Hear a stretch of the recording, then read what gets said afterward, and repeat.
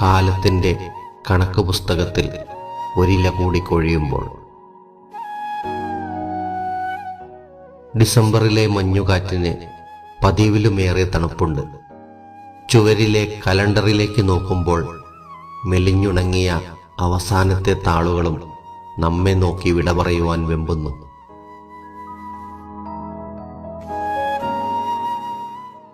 അതെ, 2025 എന്ന സുന്ദരമായ വർഷത്തിൻ്റെ അവസാനത്തെ ഇലകളും കൊഴിഞ്ഞു വീഴുവാൻ തുടങ്ങിയിരിക്കുന്നു.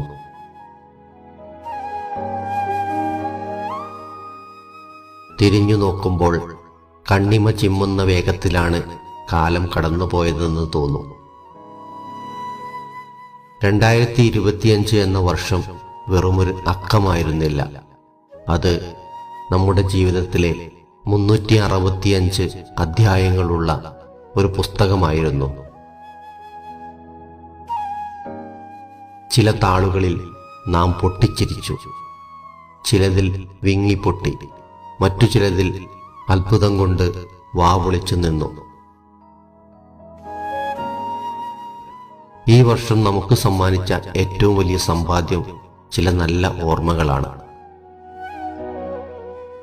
അപ്രതീക്ഷിതമായി ലഭിച്ച സൗഹൃദങ്ങൾ, തേടിയെത്തിയ അംഗീകാരങ്ങൾ, പ്രിയപ്പെട്ടവരോടൊപ്പം ചെലവഴിച്ച സായാഹ്നങ്ങൾ, അങ്ങനെ എത്രയെത്ര നിമിഷങ്ങൾ.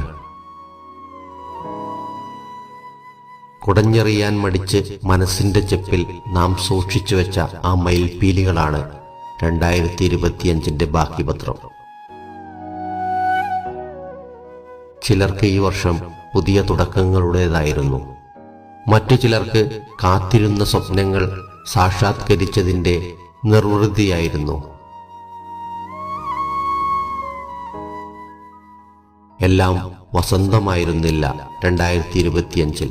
വേനലിൻ്റെ വറുതി പോലെ ചില സങ്കടങ്ങളും നമ്മെ തേടിയെത്തിയിരുന്നു. പ്രിയപ്പെട്ട ചിലരുടെ വേർപാടുകൾ, പ്രതീക്ഷിച്ചതൊന്നും നടക്കാതെ പോയതിൻ്റെ നിരാശകൾ, ഒറ്റപ്പെടലിൻ്റെ നിമിഷങ്ങൾ, ഇവയൊക്കെ നമ്മളെ വേദനിപ്പിച്ചു എന്നത് സത്യമാണ്. പക്ഷേ ആ സങ്കടങ്ങളാണ് നമ്മളെ കൂടുതൽ കരുത്തരാക്കിയത്. വീണുപോയിടത്തു നിന്നും എഴുന്നേൽക്കുവാനും കണ്ണീർ തുടച്ച് മുന്നോട്ട് നടക്കുവാനും നമ്മളെ പഠിപ്പിച്ചത് ഈ വർഷം നൽകിയ തിക്താനുഭവങ്ങളാണ്. ആ നോവുകളെ നമുക്ക് നന്ദിയോടെ സ്മരിക്കാം. കാരണം അവയാണ് നമ്മുടെ അതിജീവനത്തിന്റെ അടയാളങ്ങൾ. അത്ഭുതങ്ങളുടെ വർഷം